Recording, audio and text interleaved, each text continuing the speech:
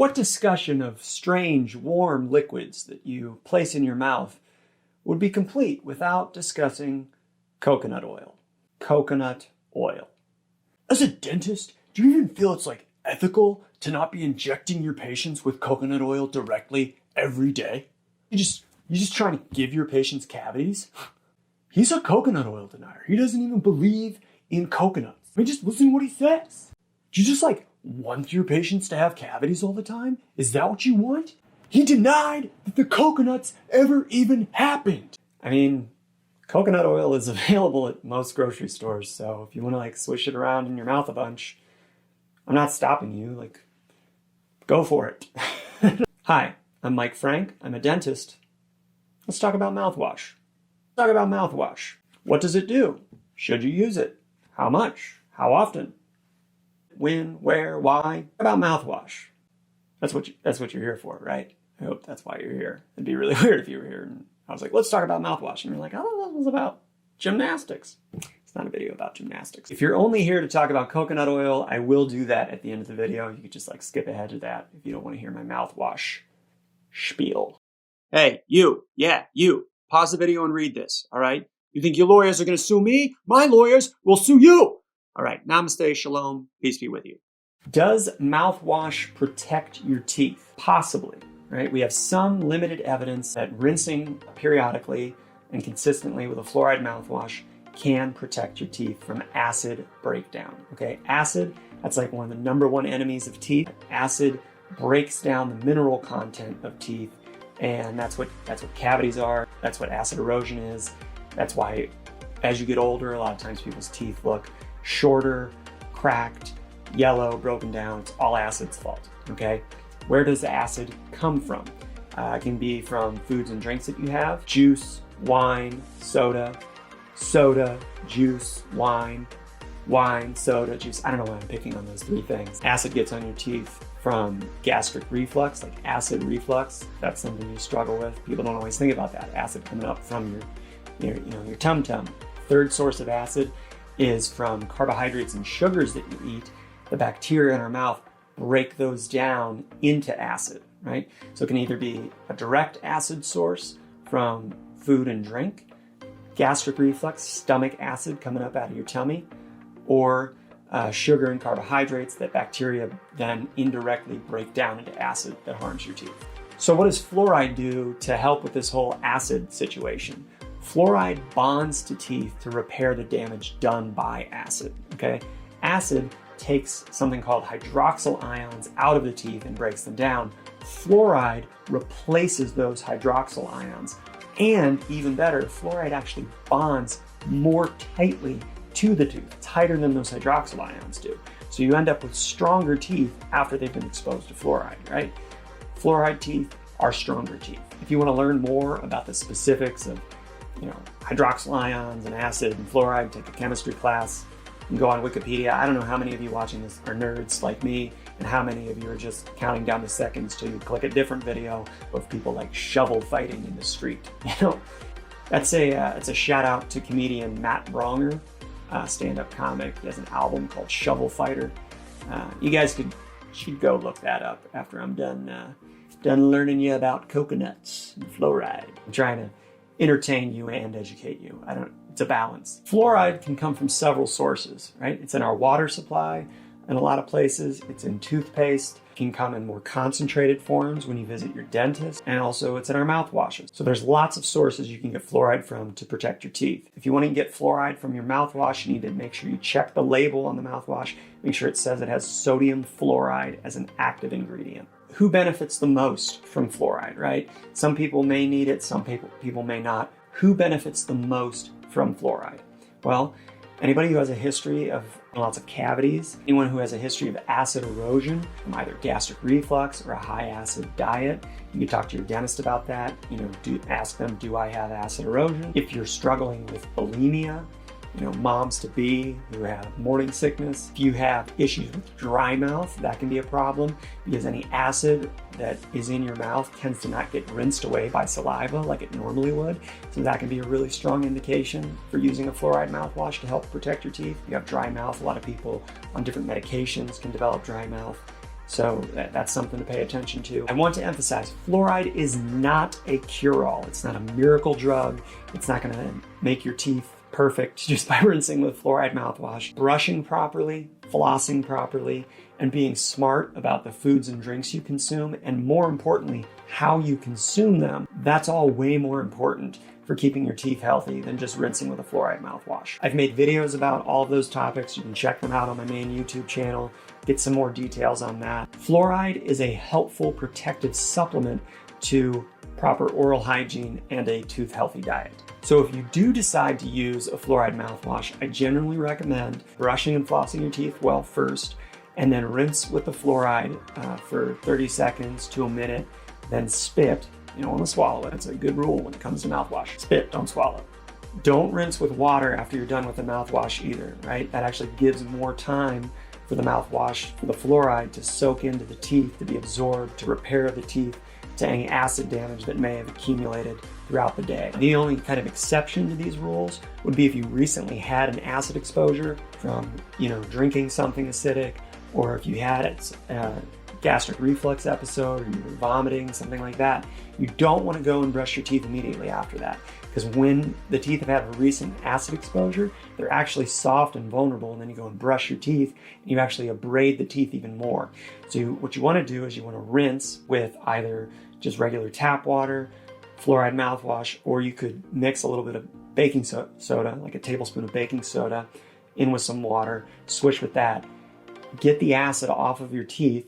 After that, you're gonna wait about 30 minutes before you would brush your teeth. Also, always brush your teeth with a soft bristle toothbrush. That's mouthwash for cavities. What about mouthwash for gum disease, right? The disease of the gums. Did you guys know that severe gum disease actually causes you to grow gummy bears in your mouth? That's not actually true, but it'd be kind of a tough decision if it was, right? Okay, yeah, sure. So like, I wouldn't have any teeth, but I could also grow gummy bears in my mouth. I could grow my own gummy bears. Who wouldn't want to make out with a magical gummy bear dispenser, right? I'm sorry, did I get some of my gummy bears in your mouth? You're welcome. Yeah, I meant to do that, so. Feels like a win-win. But seriously, like mouthwash and gum disease, what's the deal? There is some limited evidence that mouthwash containing the essential oils thymol, eucalyptol, menthol, and methyl salicylate. I just impressed myself saying all four of those in a row, I'm not gonna lie. Those essential oils can help kill the bacteria that cause gum disease. However, mouthwash to fight gum disease isn't fully effective. You know what's more effective? Flossing. Why? Because it can help clean the bacterial plaques, the groups of bacteria that stick to teeth, off the sides of the teeth, down underneath the gum tissue, right? Mouthwash can't get underneath the gums. It can't do it. It can only get around on the surfaces of the teeth. It can't penetrate the way flossing can. It can't penetrate. You need something that can penetrate. Floss. Again, mouthwash for gum disease is a supplement to flossing. It's not a replacement. I'm floss. I can penetrate. All right, if you look for those active ingredients, those 4 essential oils, you don't need to worry about store brands, generic versus name brand stuff. It's all the same. Go with the less expensive store brand. You can use that as a supplement to flossing. If you have more severe gum disease, sometimes a dentist will give you a prescription mouthwash called chlorhexidine. It needs a prescription, you can't get it at the store. And that's a stronger antibacterial mouthwash. It's used for a lot of applications in general, surgeries and so on. And that can whack out a lot of bacteria and help your gums heal up. The downside is you can't have anything to eat or drink for about 45 minutes to an hour after you use it, or else you'll stain your teeth a brownish green color. Not exactly something people typically go to the dentist for. Hey, can you just turn my teeth brownish green? Yeah, sure. You want me to slap you in the face while I'm at it? Most people don't like having greenish brown teeth. What about mouthwash to whiten your teeth? No, I've never seen a credible study that shows that any of those mouthwashes that are advertised can actually produce real results to whiten your teeth. No. I made a video all about the most effective way to whiten your teeth. If you do it the right way, if you follow the instructions, it's actually not that difficult or expensive. So go watch that video on my channel. You'll have much whiter teeth. Do my teeth look white? Do they look brownish green or do they look white? I don't know. You tell me. What about mouthwash for kids, for little kids? Also, no, you don't want to give your kids mouthwash until, most mouthwashes, they'll say like at least until age 6. I might bump that up to more like age 8. I don't know. I feel like I was pretty dumb when I was 6 years old. The main thing is you can't swallow mouthwash, right? It's very harmful if swallowed. So you want to make sure your kid is going to be able to spit it all out, not swallow any of it accidentally. You don't want to swallow mouthwash. Adults shouldn't swallow mouthwash. Kids shouldn't swallow mouthwash. It's a rinse and spit thing. You don't swallow it. If you want to help keep your kids healthy, rather than mouthwash, what you need to focus on is making sure that you're keeping the right kinds of foods and drinks accessible in the house that are healthy snacks, tooth-healthy foods and drinks for your kids so they only have access to things that are healthy for their teeth. Also make sure that you're helping them every night brush and floss their teeth well until they're old enough and coordinated enough that they can do it themselves, all right? That's way more important, keeping the house stocked with healthy foods and drinks so that they don't have access to junk, helping them with their oral hygiene. You can check out my YouTube channel. I've made a bunch of videos with dental tips for parents to make all of that easier for you. Now for the main event. I've got a lovely bunch of coconuts. They are standing in a row. Big ones, small ones, some as big as your head. The Lion King, Zazu, anyone? No? Some as big as your head. Some as big as your head. Some as big as your head. Does coconut oil cure everything? I don't know. Seems unlikely. That's what they want you to think. The marketing people behind coconut oil are crushing it. Just what they want you to think. As a mouthwash, does coconut oil do anything to prevent cavities or stop gum disease or heal gum disease or repair teeth from cavities? I have not been able to find a credible study that it does any of that. I don't think, based on any evidence I've been able to find, that coconut oil really does anything to be able to make your teeth healthier at all. That being said, will it hurt you? No. You can hold coconut oil in your mouth all day long. It's not going to harm anything. Coconut oil is a fat, not a carbohydrate, not a sugar. It can sit on your teeth all day, won't hurt anything. If you want to swish a warm, viscous liquid around in your mouth for 20 minutes every day, go for it. Your resilience and dedication are an inspiration. You should probably give like speeches at high school graduation ceremonies or something. Make sure you say warm, viscous liquid. Anybody who paid enough attention in like physics or chemistry class will get a nice inappropriate giggle out of that. I'm ready to gag in about 10 seconds. I don't know how anybody holds that in their mouth for 20 minutes. I don't understand the enthusiasm from people who won't brush or floss their teeth for 2 or 3 minutes, that they're like, oh yeah, I'll hold a little liquid in my mouth for 20 minutes. That's easy. I don't understand you as a person. You're confusing to me. What? Brush my teeth for 2 minutes? Floss my teeth for 2 minutes? Put coconut oil in my mouth for 20 minutes? Yeah! You are a strange bird. I don't understand. Then again, who am I to talk? I sleep with a mask over my eyes, a piece of plastic in my mouth, tape over my lips, earplugs, a meditation app playing in the background, and a weighted blanket. So we all have our strange crap we do to get by in life, all right? No judgment. I look like an OCD vampire at night. So, walk around with coconut oil in your mouth if that's who you are inside. Maybe you'll bump into your soulmate. We'll both spill coconut oil on each other. It'll be love at first mouthful of coconut goo. You guys can start a little family and have a little coconut farm with little coconut children. If you liked this video, please like and subscribe. Click the thumbs up button. Give it one of these. One of these.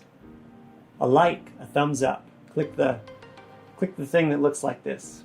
Thank you. I also write blog posts, like dental blog posts on the website medium.com. My name on Medium, you can search, is Mike Frank. I don't know, if you don't want to subscribe to my channel or follow me on Medium, I guess you could It's like write me a love letter instead, something like that. Send me some pictures of your children or pets, whatever you think is appropriate, you know, to show your appreciation is fine with me.